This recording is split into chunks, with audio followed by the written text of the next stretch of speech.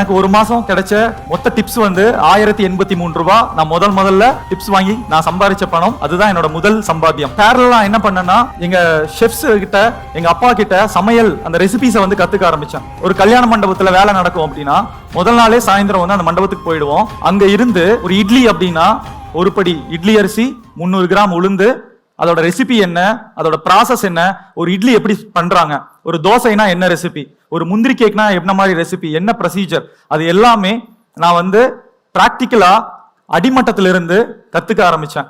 ஒரு நோட் வச்சுட்டு அது எல்லாத்தையும் நோட் பண்ணி வச்சுக்குவேன். கிட்டத்தட்ட ஒரு கல்யாணத்துல பாத்தீங்கன்னா ஒரு 4-5 வேளை விருந்துல வந்து கிட்டத்தட்ட 75 to 100க்கு மேற்பட்ட ஒரு பதார்த்தங்களை வந்து செய்வாங்க. ஸோ அந்த ஒவ்வொன்றையும், ஒரு தேங்காய் சட்னினா எப்படி செய்யணும், எங்க அப்பா சொல்லுவாங்க தேங்காய் சட்னிக்கு வந்து தாளிப்பு வந்து அப்படியே ஃப்ரெஷ்ஷா இருக்கணும், அப்பதான் அந்த சட்னியோட மனம் இருக்கும்.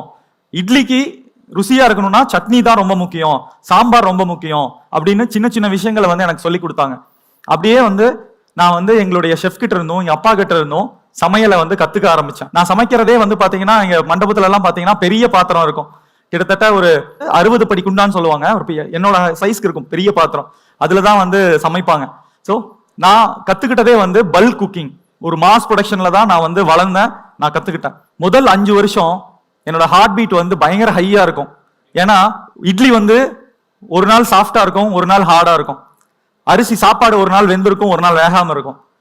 திடீர்னு கிரௌட் வந்து கெஸ்ட் அன்எக்ஸ்பெக்டடா நிறைய வந்துருவாங்க. ஸோ நிறைய சேலஞ்சஸ் இருந்துச்சு. ஆனா அனுபவம் ஆக ஆக எவ்வளோ கெஸ்ட் வந்தாலும் சமைக்க முடியும், ஒரு ஃபுட்ல என்ன மிஸ்டேக் வந்தாலும் நம்மளால சரி பண்ண முடியும் அப்படிங்கிற நம்பிக்கை வந்து அந்த நம்ம கத்துக்கிற அந்த சமையல் அப்படிங்கிற கலை நம்மளுக்கு சொல்லி கொடுத்துச்சு. எனக்கு வந்து 2010 ஒரு கோயம்புத்தூர்ல வந்து ஒரு மிகப்பெரிய ஒரு டாக்டர் கான்ஃபரன்ஸ் நடந்துச்சு. அதுல சென்னை சேர்ந்த ஒரு பெரிய 5 ஸ்டார் ஹோட்டலுக்கு அந்த ஃபுட் கான்ட்ராக்ட் எடுத்திருந்தாங்க. அப்போ அங்க வந்து லோக்கல் வெண்டாரா ஒரு ப்ரொடக்ஷன் பண்ணி தரதுக்கு வந்து நம்மள வந்து சைன் பண்ணாங்க. அப்பதான் முதல்ல ஒரு 5 ஸ்டார் ஹோட்டலுக்குள்ள ஒரு கிச்சனுக்குள்ள என்டர் ஆகி நான் சென்னை வர்றேன், அந்த கிச்சன் எல்லாம் விசிட் பண்றேன். அங்க என்னென்ன மாதிரியான மெனூஸ் வைக்கிறாங்க, என்னென்னலாம் ப்ரொசீஜர் ஃபாலோ பண்றாங்க, எல்லாமே வந்து அப்பதான் வந்து நான் முதல்முறையா பாக்குறேன்.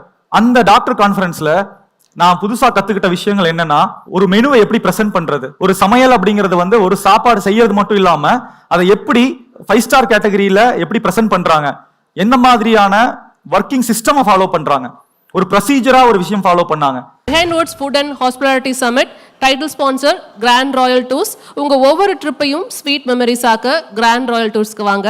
And MCR Pure Cotton Club Formals and Casual Shirts powered by Aroma Agmagi, ஆனந்த அனுபவம் Aroma Agmagi, Saubhagya Home and Kitchen Appliances, Venue Partner Holiday Inn.